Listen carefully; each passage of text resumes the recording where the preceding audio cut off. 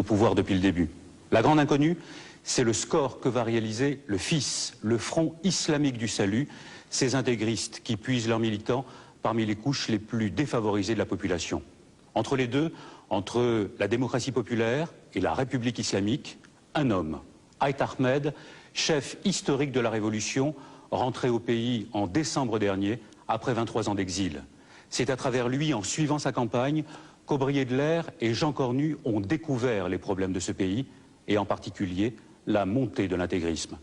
Envoyé spécial en Algérie, de la faillite à l'espoir.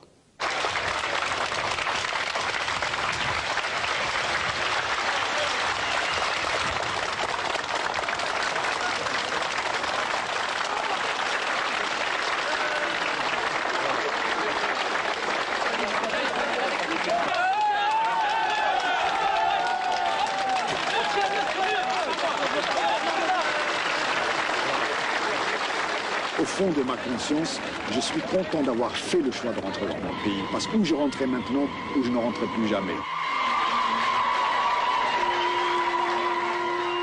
La Kabylie, l'unique lien de la mémoire pour Hossein Ait Ahmed, l'homme du combat et de l'exil. C'est ici qu'il s'est battu, c'est dans ces montagnes qu'il réapprend peu à peu l'Algérie. Chef historique de la guerre de libération, cofondateur du FLN, il passe 7 ans dans les prisons françaises.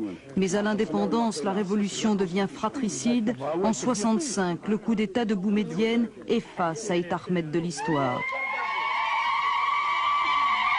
23 ans ont passé, 23 ans d'exil. Aujourd'hui, quand il arrive chez lui, au village, comme partout où il passe, on veut le voir, le toucher, lui qui revient au pays, livrer la bataille d'autrefois, inachevée pour la démocratie. Ah, naphtaline, la naphtaline.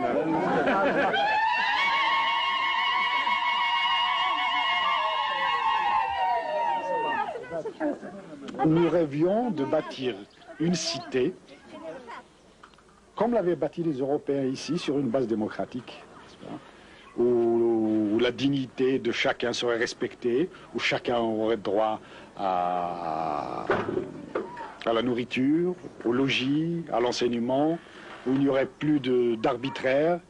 Je dirais que la cité que nous voulions construire était à l'image du système colonial que nous combattions. C'est-à-dire c'était la contre-image du système colonial que nous combattions. Et l'indépendance n'a pas comblé tous ces rêves? Eh bien, l'indépendance, je crois qu'il y a beaucoup de gens qui m'ont dit l'indépendance est aujourd'hui. C'est-à-dire maintenant qu'on commence vraiment à respirer, à s'exprimer librement et à nous organiser librement. Vous regrettez un peu le temps des luttes, là, dans les maquis, avec les amis? Tout à fait. Je crois que c'est les plus beaux moments de ma vie. Je ne sais pas si j'aurai encore le courage de me surpasser, mais je crois que c'est une chance d'avoir été comme ça poussé par l'histoire dans l'engagement politique.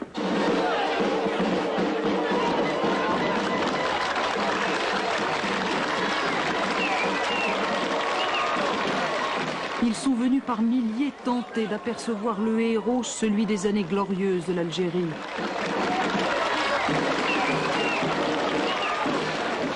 On se presse, on se bouscule pour reconnaître le passé.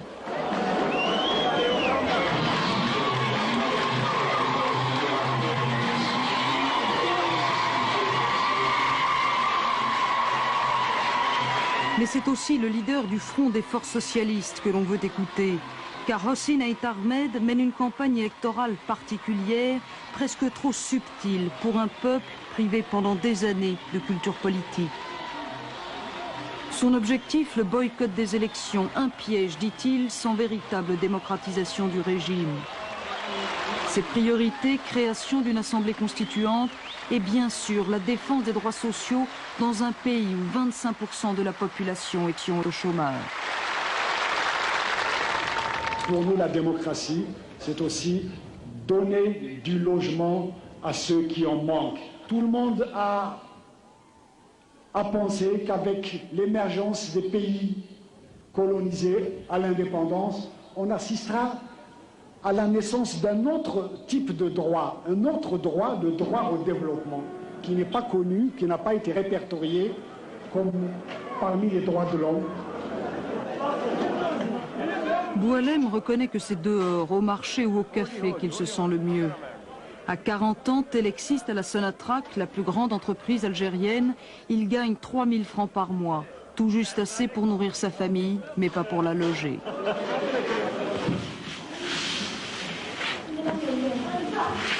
Avec Jaouida, sa femme et leurs 5 enfants, ils s'entassent depuis 10 ans dans une seule pièce à la Casbah. Ordinaire dans le quartier, c'est une situation fréquente en Algérie où la crise du logement est un véritable fléau national.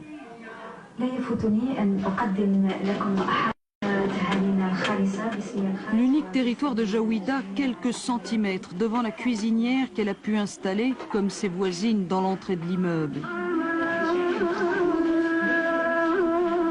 Ici, pas d'intimité, pas d'hygiène, pas même l'idée d'un foyer. Il y a juste assez de place pour des sentiments confus de colère, de pudeur et de désespoir.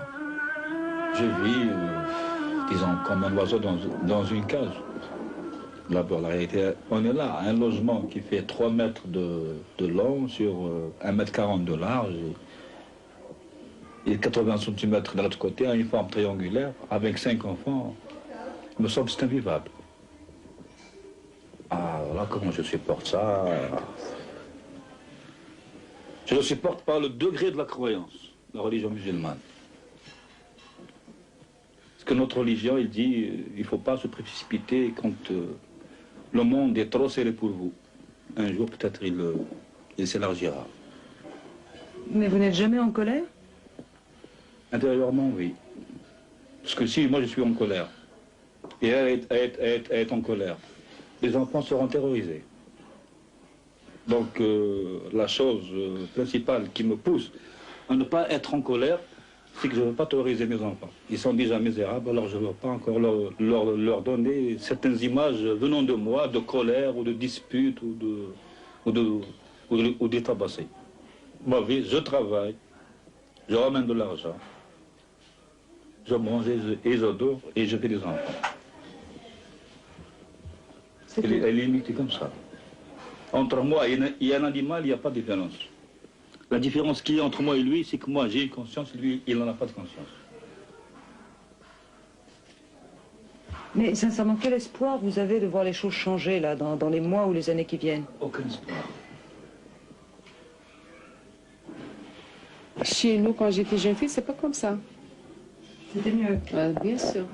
On a une pièce comme ça, c'est débarras. On fait quelque chose qu'on n'a pas besoin dedans. Qu'est-ce que je fais si je ne supporte pas? Qu'est-ce que je fais? Il vaut mieux que je supporte. Vous êtes heureuse quand même? Des fois oui, des fois non. Des fois oui, des fois rien du tout. Des fois, si c'est pas péché de faire comme ça, moi je tue moi-même. Parce que c'est pas une vie.